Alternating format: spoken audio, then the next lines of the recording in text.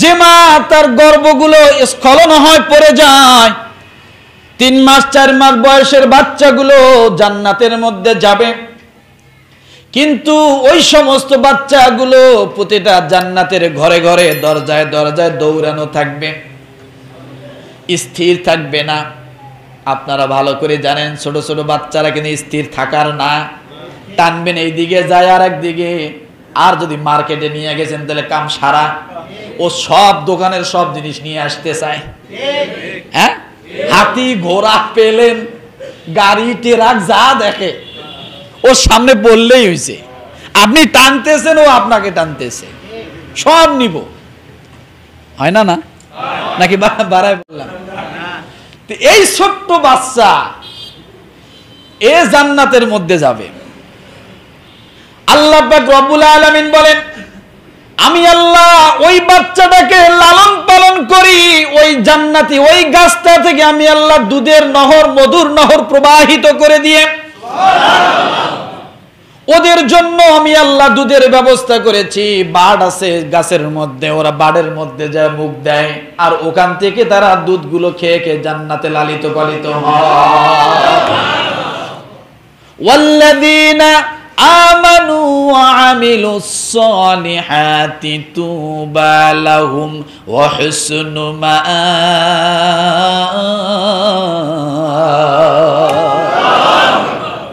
এই বাচ্চাগুলোর জন্য আল্লাহ তাআলা ওই গাছের থেকে বাড় ব্যবস্থা করছেন। ওরা যায় শুধু মুখ বাজায় আর অটোমেটিক দুধ খায়, মধু খায়। সুবহানাল্লাহ। এই বাচ্চাগুলো জান্নাতের মধ্যে জান্নাতি খাবার তো খাইছে, শক্তি কি হিষ্টপিষ্ট, কিন্তু মানুষগুলো ছোট ছোট, ওই ছোটই থাকবে, বেশি বড় হবে না। এরা খালি জানি ফুসুত করে এদিকে দৌড়ে ওদিকে দৌড়ে, এ ঘরে যায় ও ঘরে যায়। আল্লাহ ডাক দিয়ে বলবে, এই তোমরা দৌড়াদৌড়ি করতেছো কেন, বিশৃঙ্খলা করতেছো কেন? কয় আল্লাহ আব্বারে খুঁজতেছি, মারে খুঁজতেছি। কি বলবে?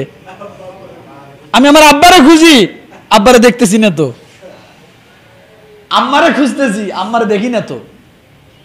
প্রতিটা ঘরে ঘরে যাইয়া খুঁজে যখন দেখবে নাই, জান্নাত থেকে বাইর হয়ে আসবে। আইসা বলবে, আল্লাহ কি আব্বা কো, মা কেও? তোমার আব্বা তো গুনাহের কাজ করার কারণে জাহান্নামে গেছে, খারাপ কাজ করার কারণে তোমার মা জাহান্নামে গেছে। কয় আল্লাহ তোমার জান্নাতে তুমি যায়া থাকো, আমি বাইরে থাকি। ওই জান্নাত আমার দরকার নেই, তুমি থাকো যায়া। যে জান্নাতে আমি দুনিয়ায় আব্বাকে দেখি না, আব্বা বলে একটা ডাক দিতে পারি নাই, মাকে দেখি নাই, মাকে একটা মা বলে ডাক দিতে পারি নাই, আজকে জান্নাতে এসেও যদি আমি বাপ মা হারা থাকি, তাহলে তো আমার জান্নাতি ভাইরা বলবে আমার আব্বা মা কেউ ছিল না। ওই জান্নাতে আমি থাকবো না, তুমি আল্লাহ ওখানে যায় থাকো, আমার জায়গায় তুমি থাকো, আমি বাইরে থাকি। আল্লাহ বললো, বান্দা রাগ করো কেন? বল রাগ করবো না মানে, আমি তো বাপ মা ছাড়া আসিনি, তো আমার বাপ কই, মা কই? আল্লাহ বলবো, ওই যে জাহান্নামের মধ্যে। ও দেখার সঙ্গে সঙ্গে জাহান্নামে দৌড় দিয়ে চলে যাবে। আস্তে কন, কালকে কইেন, জাহান্নামে দৌড় দিয়ে চলে যাবে, আর কোনো কথা বলবে না। জাহান্নামে যখন দৌড় দিয়ে চলে যাবে, দারোয়ান ফেরেশতারা দেখবে যে এ ছোট বাহিনী কি দৌড়ায়। জাহান্নামের ফেরেশতারা আটকাতে থাকবে, বলবে সর, আমার আব্বা আর আম্মা, আমার আম্মা ওই জাহান্নামে। এক দৌড় দিয়ে চলে যাবে জাহান্নামের ভিতরে। এবার আপনার মনে প্রশ্ন আসতে পারে, হুজুর জাহান্নামের ভিতরে বাচ্চা দৌড় দিল, তার গায়ে কি আগুন লাগবে না? বলে ভাই লাগবে না। সুবহানাল্লাহ। আরো জোরে বলেন, আরো জোরে বলেন। কেমন করে লাগবে না? দুনিয়ার থিওরি দিয়ে আমি বুঝাই দিচ্ছি। বলেন মুসলমান, আপনার ঘরে 2 টাকার একটা কারেন্টের তার যদি 2 টাকা গজেরও হয়, আপনি আঙ্গুলের মাথা কারেন্টের তারের সকেট লাগাই দিয়ে একটু দিয়ে দেখেন শর্ট খায় কিনা? খাবে না? 2 টাকার তার আর 50 টাকা গজের তার, যেটাই হোক না কেন, তার কম দামি হলে কি শর্ট কম হয় নাকি? তার কম দামি হলে শর্ট কম হয় না? না না, যা খাওয়ার তা তো খাবে নেই। ধরে বসবে। ও মুসলমান, আপনি একটু তাকায়া দেখেন, এই যে কারেন্টের ভোল্টের লাইন গেছে, 36,000 ভোল্টের কারেন্টের তারের মধ্যে ছোট্ট একটা শালিক পাখি বসে বসে খেলা করে, তামসা করে, মারামারি করে।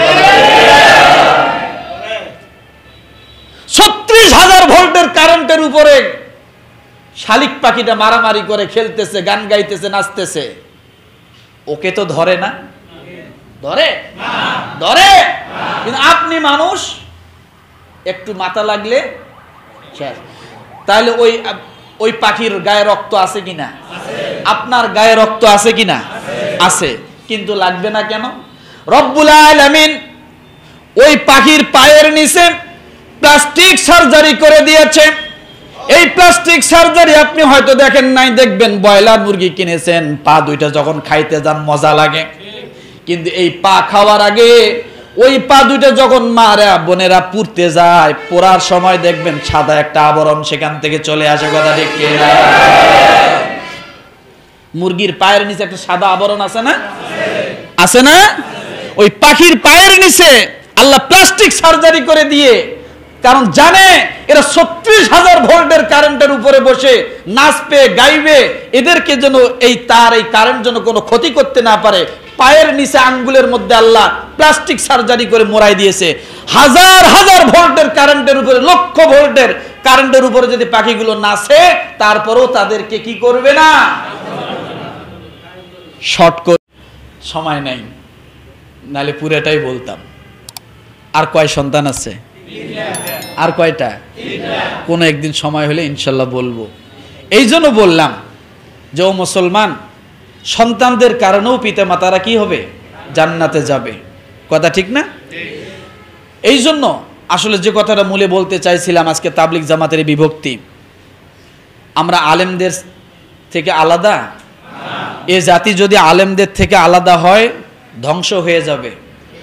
অলরেডি এই সাদপন্থী যারা দাবি করে, আসলে এরা অলরেডি ধ্বংসের দিকে যাচ্ছে।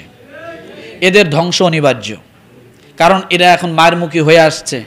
যারা এরকম জালেম হয়, এই জালেমদের ধ্বংস কিন্তু অতি তাড়াতাড়ি কাজ। কথা ঠিক না? এই জন্য আমি বলি যে আমাদের সকলের বোঝা উচিত, আমরা আলেম ছাড়া জুদা হব না।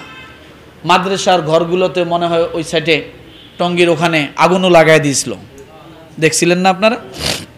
আগুনও নাকি লাগাই দিচ্ছে, এরকম আরো অনেককে মারছে, এরপরে আবার অনেককে হাসপাতাল পর্যন্ত নিয়ে গেছে। কথা ঠিক না? তো আমরা আসলে এগুলোর দিকে যাব না। আমরা দোয়া করি আল্লাহ তাআলা আমাদের ওই সমস্ত ভাইদেরকে আল্লাহ তাআলা সঠিক বুঝ দিক, আমাদের এক প্ল্যাটফর্মে আসার জন্য তৌফিক দান করুক। দিনের কাজ যেভাবে যে গতিতে সুন্দর চলতেছে, আল্লাহ যেন এইভাবে এই গতিতে সুন্দরভাবে চলার তৌফিক দান করে। আল্লাহ তাআলা আমাদের সকলকে কবুল করুক। সকলে বলে আমিন। ওয়া আখির দাওয়ানা আনিল হামদুলিল্লাহি রাব্বিল আলামিন।